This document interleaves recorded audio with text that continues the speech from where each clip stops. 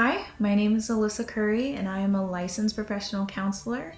Today's subject is how to get the most out of therapy, which is really important when you want to begin therapy but you're not sure what to expect. So I'll walk you through 8 tips to get the most out of therapy.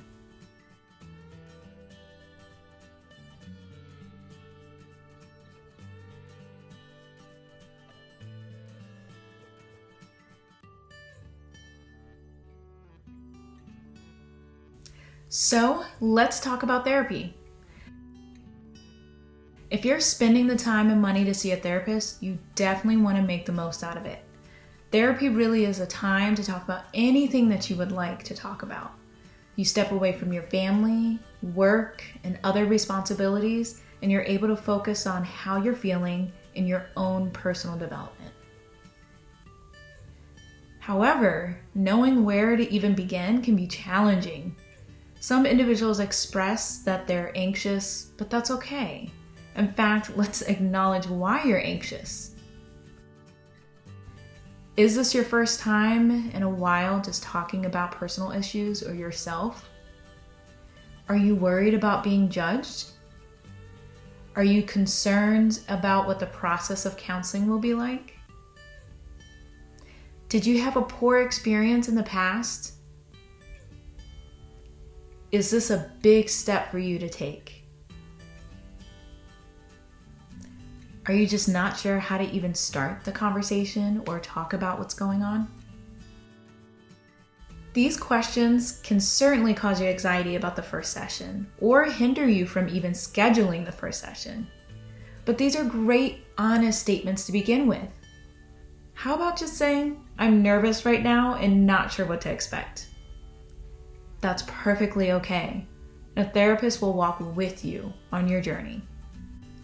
In regard to not knowing what to expect, this video will introduce some important tips and recommendations to help you get the most out of therapy.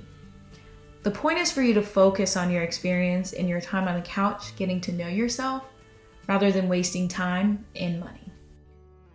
So the first tip, know your reason for going. Have a focused list of reasons why you want to go to therapy. That will help you keep your sessions on track. So think about what drove you to finally schedule that session. Why now versus a month ago? Before you even start going, try to identify the source of your emotional pain or stress. Do some self-reflection and have an idea or a list of items that you want to cover with your therapist before every session. Occasionally, individuals find it difficult to recall details of an argument, negative thoughts they may have been having, when they experienced mood changes, or a situation that came up days before the session. This method will prevent you from having to take the time to recall these events. And therapy sessions are typically an hour, so you want to make them as productive as possible. 2, choose your own therapist. Not all therapists are going to be right for you or for your personality. The relationship between you and your therapist is very different from the one between you and your primary care doctor. Your doctor focuses on your body, while your therapist focuses on your mind. You should feel a connection to the therapist you choose. You should feel comfortable opening up to them, understood, and be able to trust your therapist as well. As you start looking for a therapist, don't settle for the first one you find. Shop around a bit. Read their bio. Understand that every therapist has a different style. So find a balance that is right for you. Maybe you need more time in sessions to think and process, or you prefer a therapist with a style that is more direct and upfront. But once you find and meet with a therapist you like, it's recommended that you stick with them and be consistent rather than bouncing around. This will allow both of you to have the opportunity to build trust and see real progress. 3, don't be late. With therapists being more accessible for virtual sessions, this is still going to be just as important. Again, sessions are typically 50 minutes. You won't be able to get the most out of therapy if you're frantic from running in 10 to 15 minutes late. Your mind will not be in the right place. You may need time to get something to drink, use the restroom, or quiet the dogs down. Be sure not to schedule any commitments too close to your therapy session. This will make sure that you're able to get mentally prepared, have time to check your Wi-Fi connection, log on, or park and arrive on time, and feel ready to go. If you prepare roughly 10 minutes before, you won't feel like your thoughts are scrambled or you're stressed from running behind. So start off on the right foot. 4, don't filter yourself. Many individuals are used to living daily life with a filter in certain environments, such as being at work, with your children, and in a public space. We hardly say our inner thoughts or how we feel about something for fear of being judged or criticized. And we do this to maintain social order and not offend everyone. However, your therapy session is the time and space to remove that filter.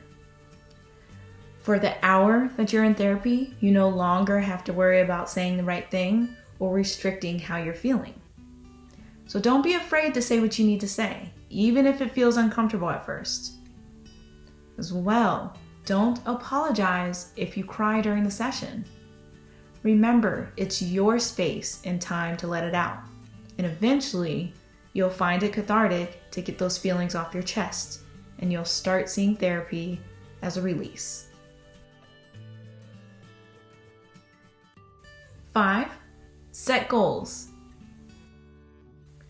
Remember that you're in therapy for a reason, whether that's to improve self-esteem or your confidence, decrease anxiety, address unhealthy habits, or repair an unstable relationship. Collaborate with your therapist to identify and establish goals early in the process. This will help guide the direction of your sessions, and you can keep track of your progress over time. Don't worry, goals are not set in stone, and they can be reevaluated and modified if needed. The goals should center around the changes you want to make. For example, maybe you want to improve your self-care. Your goal could be adding in 30 minutes of exercise every other day. Maybe you want to feel more comfortable talking to the opposite sex. In this case, your goal could be going on 1 date this month. Your therapist will help you choose the goals that are appropriate for you. Having a therapist will help you stick to your goals because you'll have someone keeping you accountable. You'll want to be able to come in for your next session with good news, right? 6, be prepared to do the work. Be prepared to do the work whether you're in the session or outside of it. Yes, I am talking about homework, but I prefer to call it between session tasks.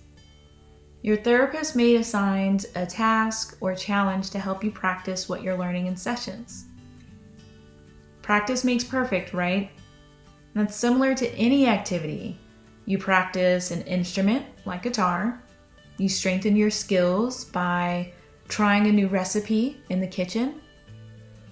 And you begin a new career or job after some training. In order to get the most out of therapy, take the time to apply what you're learning to your daily life. That's another way to measure your progress and work toward your goals. 7, keep a journal. A lot of things can happen in between therapy sessions. Journaling is a fantastic way to keep track of how you're feeling. If you keep a journal, you'll have something concrete to refer back to, whether it's a frustrating event, thoughts regarding an issue, or your feelings. And your journal can act as an emotional calendar, reminding you of how you felt on certain days. You can even bring your journal to therapy sessions with you and refer to it if you forgot something that you wanted to address. 8, understand that therapy is a collaboration.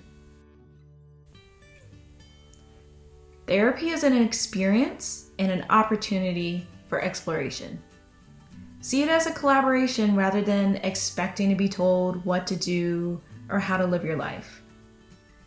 Work together to establish your goals, and ensure that sessions are going in a direction that you want it to. Check in and talk about the process of therapy while you're in therapy. So, reflect on the process. What's going well, or what would you like to improve? Is the session time inconvenient or difficult to stick to because of other priorities? Let your therapist know so you can reschedule at a better time. Did you have a question about something you both discussed in a previous session? Ask questions for clarification. And now you have 8 tips to get the most out of therapy sessions. Remember that therapy is one of the best things you can do for yourself, if you take advantage of the resource and make the most out of it. Likewise, mental health is every bit as important as your physical health. Your therapist can become one of the most important people in your life, so be sure to choose one carefully. When it comes to how to get the most out of therapy, ultimately, it all comes down to how much you're willing to put into it. But with this list, you'll be more ready to tackle your next therapy session. Stop putting off your happiness and start reaching out. Book an online session with us today, and we'll help you get back on the right track.